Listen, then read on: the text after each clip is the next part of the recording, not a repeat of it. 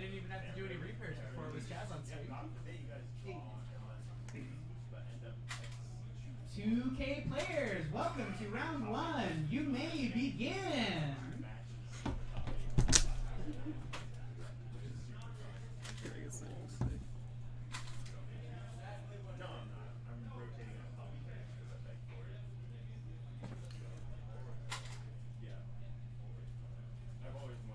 Alright, well, anybody who's joining us now, good morning. Welcome to the Rockets Legacy 2K. I'm Michelle. I'm Zach. And we're about to watch Chaz Tanner, some relation, playing Reanimator versus Brian Bell on Black Saga Storm. Now, Zach, what do you think about this matchup? It's going to be an interesting matchup. These, in classic Legacy fashion, are typically going to be hopefully between 1 and 2 turn decks.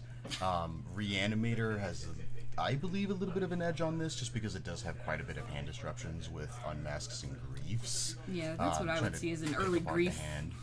Like taking down we know Storm needs a couple more cards to really lock things in, as opposed to Reanimator playing about a 2-card combination of 2 to 3 cards. Yeah, you just hope you have to have three of different types of cards in your hand, and you're opening 7 here. And the Saga Storm kind of ends up needing a good majority of its cards, so if you can rip those away early, and they just won't be able to. It'll give you the time you need to kind of get your big guy on the board. Yeah. Oh, and we see a grief on top, so all right. We know what we're talking about here, and we see that this hand is about to get a little messy. I'm gonna start off with that grief. Yeah. Not quite sure what he's pitching the Thoughtseize to really show that he was ready to take anything here. Taking Wish, all right. There's no black mana from Brian. Yeah, Look, it does. The 3 black cards in his hand, not looking good. It does seem a little awkward with this setup to lose. Basically, the only we know for a fact that Reanimator doesn't 100% mind anything going to the yard. Oh, and the Thoughtseize to really. Let's see what he decides to take here, though. Yeah. I don't have a good view of Chaz's hand, to be fair. So. Yeah. I see a Gristlebrand, possibly a Faithless Looting, and then is that an Ancient Tomb? Which would be kind of out of the ordinary because I don't think Reanimator really runs Ancient Tomb, but that's what the art looked like. He's keeping them a little close to the chest, but he took the duress, so we can assume that he might just have another way to either interact with Brian's hand or just reanimate grief. Yeah, I think Brian drew a Thoughtseize, so he's not. But still, still not casted it. So. Okay, another Bloodstained here. I know Chad has an Chaz has an Exhume here, so if he's got another Accelerant, like a Lotus or something like that, then he can looting away that Gristlebrand. There we go. There's a looting. Oh, there's a Ritual and an Animate Dead. So discard that Gristlebrand. Yeah, get so that big guy in the yard and then Animate Dead. This does seem a pretty good setup right now. Dark Ritual Exhume. There we go. To argue this is about as textbook as it gets for the classic Reanimator start. A little difficult here because he is at a decently low life total, so if Brian draws any sort of answer, and another grief, cool. Never mind. Yeah, I think at this point we're really just trying to put Brian out of any cards to possibly cast. Yeah. Especially since next turn he's about to lose that Saga. So be down a mana, of course, just. I'm not exactly sure what he can get at this point, even off of it, that will hinder this particular he's just start. Kind of picking it apart here. Yeah. Yeah, there's not much here. Yeah, I don't think the Saga token's really where we want to be. Not really gonna get there. Yeah, not having any colored mana early on is really detrimental. Just kind of just banking on Urza Saga, trying to get you into black mana with either Chromox or Lotus Petal. Yeah, this is unfortunate. We know that Brian didn't want this kind of start, but right now we can see he's a little in the tank as to what to do. Yeah. I can't imagine making another token seems like a relevant thing right now, so it's more what does he go get? Yeah.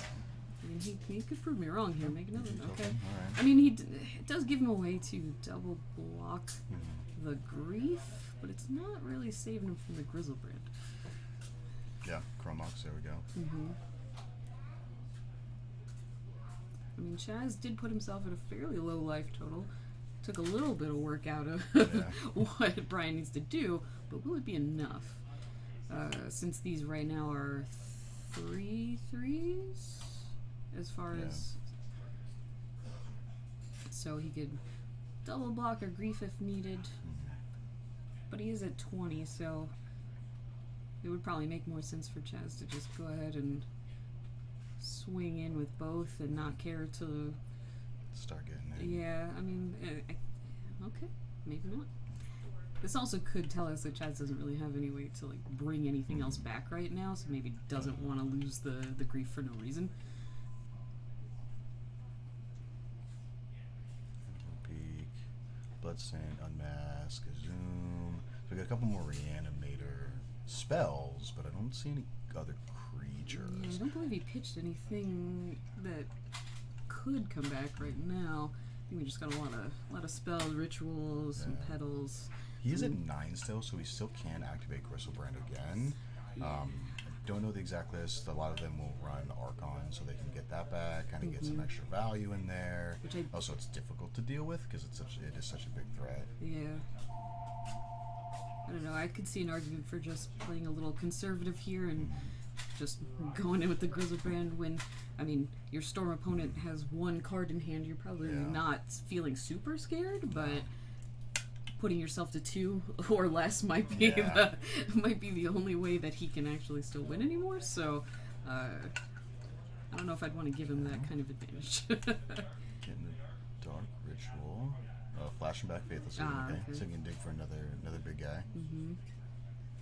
Well, he's hit enough non-creatures, and maybe he was thinking his odds were good to hit a creature to pitch, or he possibly drew one that we just can't see.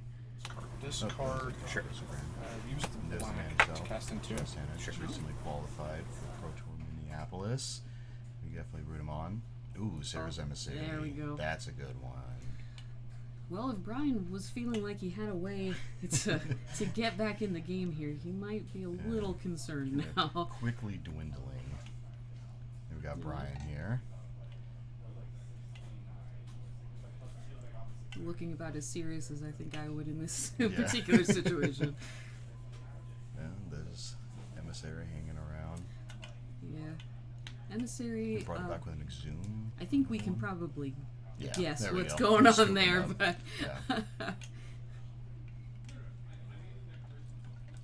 Sideboard's interesting. I know Saga Storm, since you're playing black, typical sideboard's gonna against Reanimator is typically going to be surgical, and a lot of the black Stormless as well will run Leyline of the Voids with Helms in the side, so automatically getting 3 to 4 Leyline of the Voids automatically is just very brutal against it. But Reanimator will typically put into a Show and Tell shell as well, which you don't really care up there. Yeah, exactly. We can see him right now. He ran to those immediately. Oh, yes. Must-haves. Please and thank you. Which I think, if nothing else, it puts a lot... Oh, here we go. We got the list in front of us. Got those 4 ley lines. Yeah, so, I mean, arguably those are the thing you want the most here. I don't think anything else is really, like... Well, except for maybe the and then... Yeah, that's really all I can see wanting in this matchup, because your typical game plan is just to storm off, and Leyline of the Void, if nothing else, buys you a lot of time. Yeah. Like, so Chaz might find an answer to it maybe sooner than later, but how many turns did you buy yourself? That's where I think it really shines. Yeah, and then Reanimator usually will do Chancellors just to kind of get that extra turn, so they won't be able to play any of their they either have to pay 1 for a 0 drop or only cast 1 a 1 drop instead, so it kind of taxes them a little bit on the first or second turn. Gives them that extra breathing room they need to be able to just reanimate her off, and then if they can get a Chancellor on the board, then you're cooking. Then it's good luck trying to get storming off there, making everything cost 1 more is definitely taxing. You can you could argue the Chancellor's a better start against this particular deck than Grizzlebrand, even just off the fact that it's really putting them in a difficult spot to facilitate their game plan. Definitely. Yeah. See how these players go. Yeah, it looks like Brian's sideboard's definitely more positions against a local meta, I believe, because there's quite a good number of Painter and Game Class players. Yeah, people So love their there's quite a bit of artifacts pace. here. Yes. He was probably not looking to play against Reanimator specifically. No. But round 1 Chastain on Reanimator. Yep, there we go. Them's the breaks.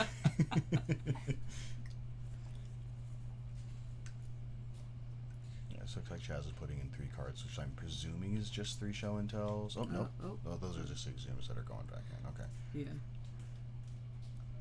Maybe he made a decision and then changed his mind there. It's a little hard to tell sometimes. Yeah. And no, Reanimator doesn't have a whole lot of sideboard against Storm. I mean, it's they like just expect to win faster. Yeah, I think really it's just having an answer to a Leyline of the Void is probably where you need to be, and that's they don't really want to slow themselves down too much by boarding in too many things, because the combo's really what wins, right? Yeah. If you're trying to hard cast a Grizzlebrand, it's not exactly where you want to be. You're gonna have a bad time. Yeah, it's like you could enough Dark Rituals to get you there, but like if he thought seizes like one thing away, like yeah, I mean sometimes you just have the Swamp, Lotus Petal, Quadruple Dark Ritual, Grizzlebrand hand, Yeah, just Garfield intended. Yeah. Classic Magic. Look, if we're not supposed to be hard casting our 7 to 10 drops, then really what are we doing? But yeah, I think if nothing else, this is slightly more awkward on Brian playing Black Storm, where it's like he could possibly have a opening hand with like duresses or things like that don't line up necessarily against what Chaz ends up having in hand. Yeah. And then Thought Seizes can be a little awkward as well, depending. I mean, we assume, right, that he'll probably aggressively look for a Leyline of the Void hand to a point. Like, you can only go down so many cards, I'd say, playing a Storm deck, right? So, but a mulligan to 6, maybe even to 5 with a guaranteed Leyline is probably worth it. I don't know, what do you think? Yeah, giving you a couple extra turns. I mean, if Chaz is on the putting in show and tell plan, trying to like play show and tell through a Leyline, then it makes it difficult, because you also want to advance your game plan and make sure you're still being able to go off in turns 1 or 2. Yeah. In time with the Reanimator deck, just show and telling you on turn 2. Just like going, laying Thoughtseize, Unmask Grief, like taking something, and then next turn land Lotus Petal, show and tell, put in Grizzlebrand, or put in Sarah's Emissary, Chancellor. So it's like, you want to be able to still make sure that you're able to. You can't go too low. Yeah, I'd say that is the hard thing about this matchup overall, right? Is that it, again, like we were saying earlier, just requires more from Brian, I think, to really get his game plan in motion, and just kind of less on Chaz playing. Like, Reanimator doesn't need a whole lot, and a lot of their early cards also disrupt their opponent. So, like, early grief into reanimating a grief sometimes isn't just enough, where he doesn't need to do anything fancier, because Brian's already lost a bunch of cards and can't really do anything anymore. Yeah, roll to 6, put Leyline on board, and then grief you, unmask you, go, and you're like sitting there with 2 cards in hand. It's like, oh, okay. And if you're both staring at each other, eventually Chaz can just start hard casting griefs. They cost 4. It's not really asking a lot. Bad, you hard cast them on 2 with I mean, a 3/2 with Menace. Show and tell. We got a show and tell, Serenity, Thoughtseize, Swamp. Looks like 2 fetchies. It seems like a decent start, and I think there might be a Leyline in hand. Yeah. So which is ideal for both players, because, I mean, I'm sure Chaz probably just presumes he's putting in some sort of hate. Oh, okay, shipping in. Maybe we were wrong. Yeah. I can't imagine, I mean, unless there was maybe no mana in that hand. It's like, also awkward when you hit, like, double leyline hands with no chrome locks, because then you don't have anything to do with the second leyline. Yeah. I mean, he's playing Saga Storm, so he does have Saga to be able to go search the chrome locks, but it's a little feel like, slower. Yeah, giving him a couple extra turns to be able to get Saga to pop, just to get a mana ramper that late in the game is not really what he's looking to do. Yeah, I think Saga shines against a lot of decks. It doesn't really get to do a ton as far as building constructs and putting pressure on Reanimator specifically, like it does a lot of other decks, right? Yeah. They're not really concerned about you making 3/3s or 4/4s in 2 or 3 turns. That's Reanimator's like, that's a sweet 5/5 construct. I'll block it with Griselbrand. Thank you. So it's not the game plan that he wants to be on, I'm sure.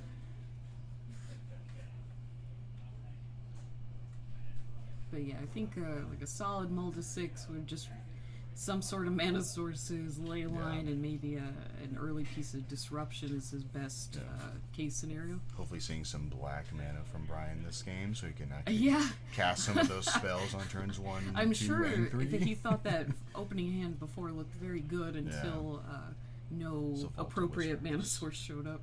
Yeah. All right, he's keeping this one. Okay. Do you see? I think it's a Vault of Whispers. Let me start with the leyline. There we go. All right, Reanimator hard mode. Let's go. Show and tell or bust. Well, he does have Serenity as well, so we can do that if we'd like. Serenity probably going to get taken from the hand right now because it does blow up both leyline and his artifact land. I mean, there is an argument to taking a Thoughtseize as well, but I mean, also just putting a Griselbrand into the void is not a bad idea either, because that takes one thing out entirely from being used. But I was going to say, most likely you're right, that's just the more powerful card at the moment, especially if Brian has in hand like multiple pieces of disruption still, where even a Thoughtseize won't stop, you know? Yeah, you see his, I believe his last card is a Swamp and a Ritual, I believe. We're going to start off with Thoughtseize? Yeah. Take that as we would expect. But yeah, I mean, Brian has about the solid start that we talked about, but again, it is a slower start, but it does also slow Chaz down. So at this point, we're playing the most fair Magic. Not in just a second. Where both of us just sit here and stare at each other until someone has enough mana or tools to do something. Whereas right now, we know Brian, one card in hand, not a whole lot of things to do besides watch Chaz shuffle and maybe cast a spell or two right now and just kind of look at each other. Show and tell. Surprising. I wonder what he's putting in. Griselbrand. Wow. Well, if this is going to go about as textbook as we talked about, this is showing, no pun intended, exactly how you get through a leyline of the void with Reanimator. This actually is a pretty decent spot for Brian. He does run 4 Infernal Tutors in his main board. I presume he wouldn't side any with him out, just because right now all of the discard spells are useless against Chaz. Right. Because for Chaz, because there's nothing in Brian's hand. Well, now he has a card. He has a card. Yeah, if he can hit exactly Infernal Tutor, then he can probably try to like stabilize and go off from there. But Chaz drawing at least 14 extra cards is a significant burden to Brian. So even if Griselbrand has got, like, it's again requiring a lot on Brian's side of things. Yeah. So basically, we're just saying, you know, Storm, very fair deck. Yes. Yeah. So even with arguably one of the better starts in a sideboarded game versus Reanimator, still a little bit on the struggle bus here. Definitely good that Chaz kind of ended up having the meat and potatoes to say, oh, okay, he's gonna change the spot, just get rid of that last card. Yeah, that's what do you get? Giving him a little bit of a lights out scenario here. So it looks like Chaz also another ritual. It looks like Chaz probably sideboarded into the Witherbloom Apprentice. He is a big fan, I can tell you for sure, of bringing in this combination. And there we go, his handshake. There you go. All right. Again, I think there might have been some argument to taking the Griselbrand in that particular spot, just when you see the combination. Like, I'd say it's a hard call. Yeah, and for sure. seeing him go off with that Grizzlebrand that we already knew about makes Yeah. it seem a little more like maybe. Yeah, should because take kind of like, that. do I want to advance my game plan, or do I want to leave them with nothing? Because, like, sure, they can surrender you next turn. You already know that you have a Swamp and the Dark Ritual, so you'll still be able to play some spells. Yeah. And then essentially just leaving them with Serenity, Show and Tell, and then the land. It's kind of giving yourself that. I mean, I guess it's also, there's always the unknown of what they'll draw. Yeah. So you never know. But I mean, I still think it's a toss up, definitely, for sure. Yeah, I mean, we also have the benefit of hindsight now, seeing, but Yes. I think personally, when I look at Reanimator, as far as like, they only have so many creatures to show and tell, like that. So putting one just into the void, never giving them access to it anymore, is putting a little more pressure on Chaz to draw appropriately, and Grizzlebrand, of all the cards that he can put in to just immediately allow him to draw so much value. Oh yeah. Just put Brian in a really awkward position of only having one card in hand, and then he obviously drew into just change. Like, I mean, he drew into the combo, played it, and that's the game. And not reanimating Grizzlebrand gives you that extra activation to be able to draw 14 instead of Yeah, 7, I mean, like all these factors. Ending the game at a healthy 17 life is what it seemed like there. If that's accurate, is probably about as good as he could get. I can also see an argument for taking the Show and Tell. I mean, it's, if you're a little bit worried about what other creature he might draw afterwards, then just taking the Show and Tell itself, and but then of course he could just get rid of the ley line and maybe combo off a different way. Again, we have the benefit of seeing how the game played out. Yes. But I can see an argument either way. So no, definitely. just was a little unfortunate for Brian, and again, we don't think that this is exactly the best matchup for the Black Saga Storm deck, so he was already working with a bit of an uphill climb. Ended up with probably some of the better starts and hands he could have, and just, showed the power of Reanimator's hand disruption plus Grizzlebrand is pretty good. And playing Storm against a deck with essentially 12